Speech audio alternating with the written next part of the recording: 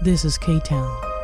I'm going to take you through some of the most creepy, chilling, and downright terrifying experiences you've ever heard. This is the X Podcast.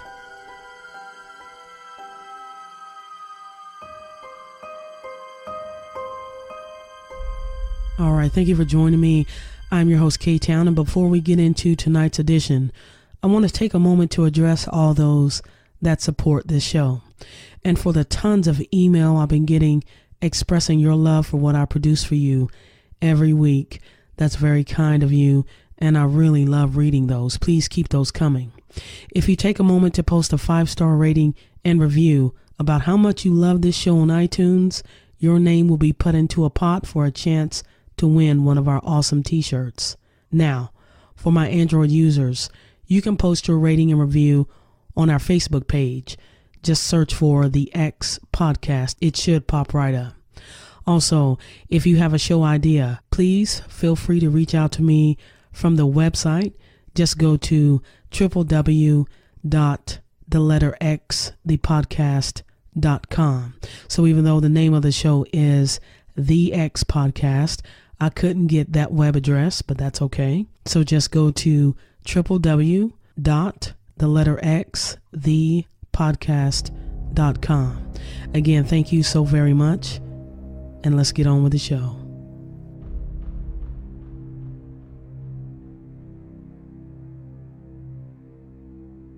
The deep web, also referred to as the dark web, is a huge part of the internet that standard search engines can't find, like a giant mass under the tip of an iceberg. The visible web that you and I know represents a mere 4% of the internet as a whole. The other 96% is unseen and referred to as the deep web. I'm going to tell you about some of the goods and services for sale on the deep web.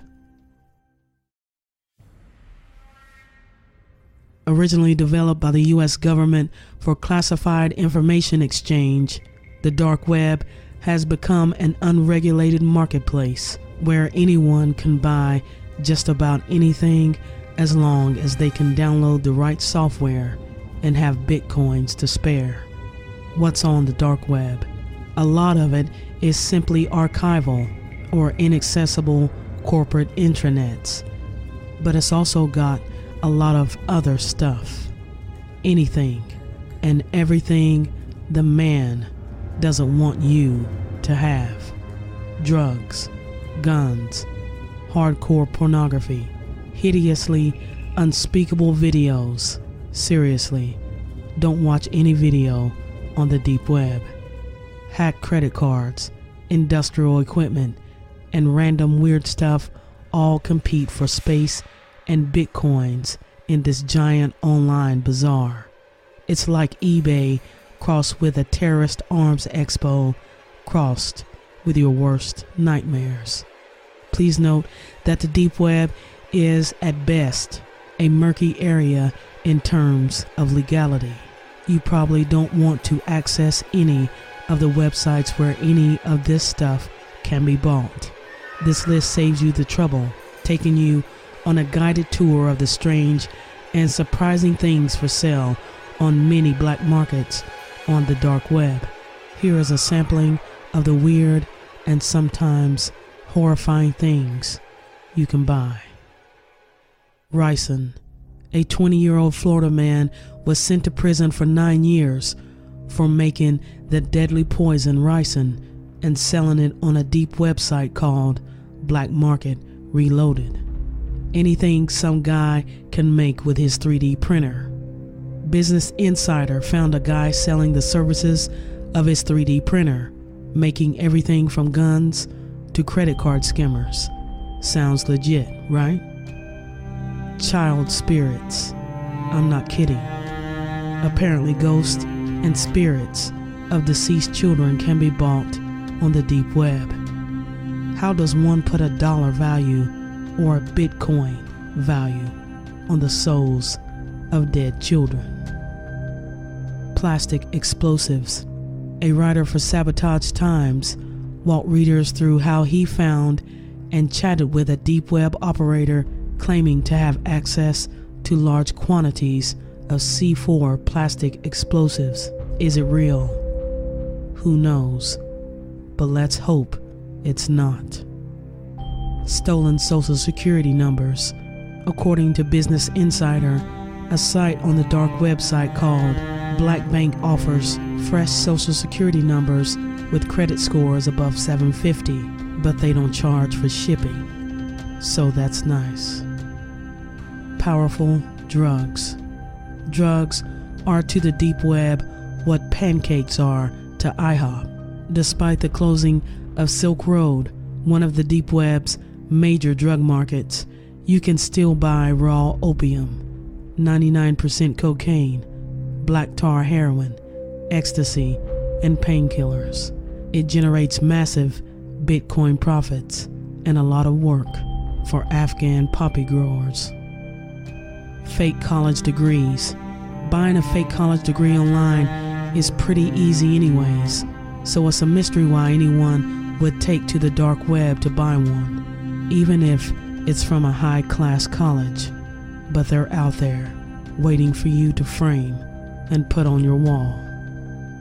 Uranium. Uranium ore, the kind that can be refined into weapons-grade atomic material, is available on the dark web. It's doubtful that anyone cruising the dark web could buy enough to make a bomb, nor possess the equipment and expertise to refine it. So this sounds scary, but as the Washington Post points out, shoppers can actually find similar quantities on Amazon at a much lower price. Sleep well. Now we're going to get even deeper and darker. This is the part when it starts to get really dark. There are some who enter these depths of the internet. Some are curious. Others have intentions that are way more sinister. Hitmen for hire and assassination markets. People who access these sites usually have a morbid agenda. One has to pay a certain amount ranging from a few $1,000s to hundreds of thousands of dollars depending on the target you want to kill, be it a person of influence or just some unfortunate soul. However, be warned, many of these are just scams. It's strange to think that one human life has more monetary value than another's, but it's a cold truth in the world of murder for cash, depending on the social status of the intended victim. There are sites in the deep web which offer others the chance to profit from their killing by allowing users to bet on the exact date on which the intended victim will be assassinated by the hired assassin, putting money in a pool. The person with the closest guess wins the pot. There are a variety of hitmen available for hire on the deep web. Some examples include the cold-blooded, the torturers, and the humane. As the assassination market is a business of sorts, it is no surprise that many hitmen have a different approach as compared to their competitors. Child pornography. There are many pedophiles that prowl the deep web in order to fulfill their perverse desire. Lolita City was an example of a website that used hidden services available through the Tor network. The website contained child pornography images as well as pornographic videos of both sexes who are below 17 years of age. Fetish and animal torture. The Cruel Onion Wiki is a website pertaining to the grisly mutilation, rape, and death of animals. The category crush porn is morbidly popular on the site. It essentially involves attractive women who wear high heels, who talk dirty to small animals, and crush them to death with their heels for the sexual gratification of their viewers. Yes, these people are very, very sick. Cannibal websites. Cannibal websites found on the deep web contain information unlike any other average cookbook. There are sections dedicated to which part of flesh are better to eat than which sorts of meals, how exactly to cut them, clean demonstrations, and recipes. Many of these websites are a forum for cannibals. Some share stories about the first time they tasted female flesh, how they claimed their victims, and even the sexual encounters they had with the corpse before indulging in their meals. The worst part of it is that some of the people that post on the forum are people who claim to work in restaurants. Red rooms. Money is power. This is definitely true in the case of red rooms in the deep web, as the role of the director goes to the highest bidder. If you've ever seen the movie Hostile, it's the same concept. As one goes deeper, some claim that the only way to access a red room is through invitation only, or users can simply pay their way in. Upon entering the red room, the audience have the option to watch slaves from other countries such as Africa or the Middle East get tortured and killed in real time. The gruesome advantage beyond watching is having the opportunity to command just how the victim is tortured. The more money you put down on the line, the more shots you get to call. Payments range from hundreds of thousands of dollars, and these sites are usually run by wealthy individuals. Typically, a red room session starts off with an adult man or woman being bound in ropes and chains while facing the camera for the audience to view. But are red rooms real, or are they just an urban legend? People who believe that red rooms are real often point to Peter Gennard Scully. Scully is currently on trial in the Philippines and has been accused of flat-out terrible things, including child pornography, kidnapping, human trafficking, rape, and the murder of a 12-year-old girl whose remains were discovered at one of Scully's former residents. In all fairness, it should be noted that he has pleaded not guilty to the charges and the trial is still pending. However, among Scully's alleged exploits is the film titled Daisy's Destruction. This is just one of many videos that Scully is said to have uploaded to the dark web. If you have seen any of these videos, you are either a member of the Filipino or Australian police, or you have committed a horrific crime.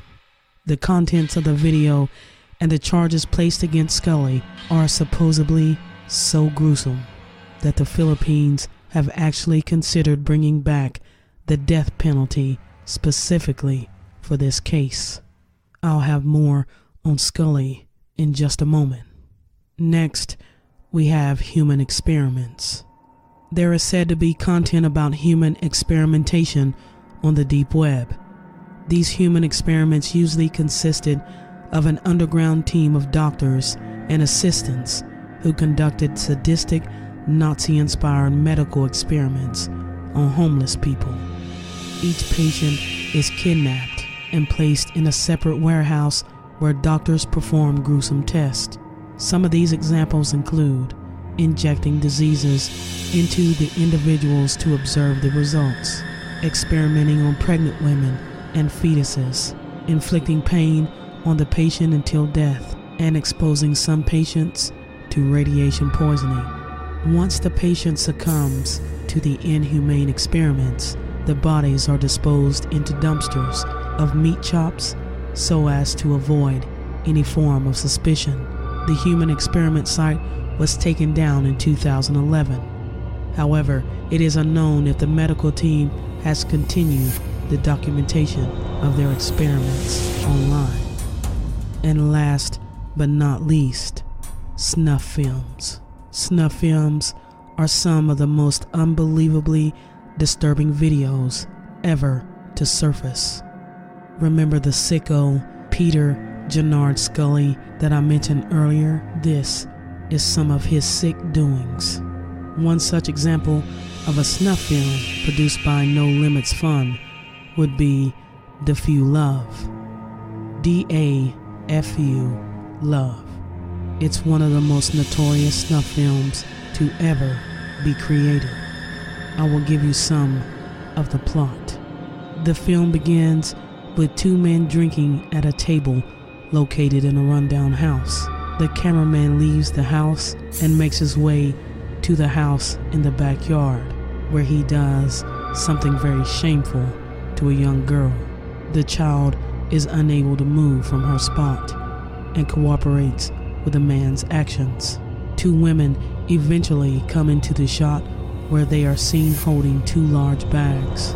Within seconds, 5 infants no older than 1 year old are thrown out of the bags and onto the ground, and a third man is seen making his way to the truck where he grabs a toolbox and makes his way toward the infants.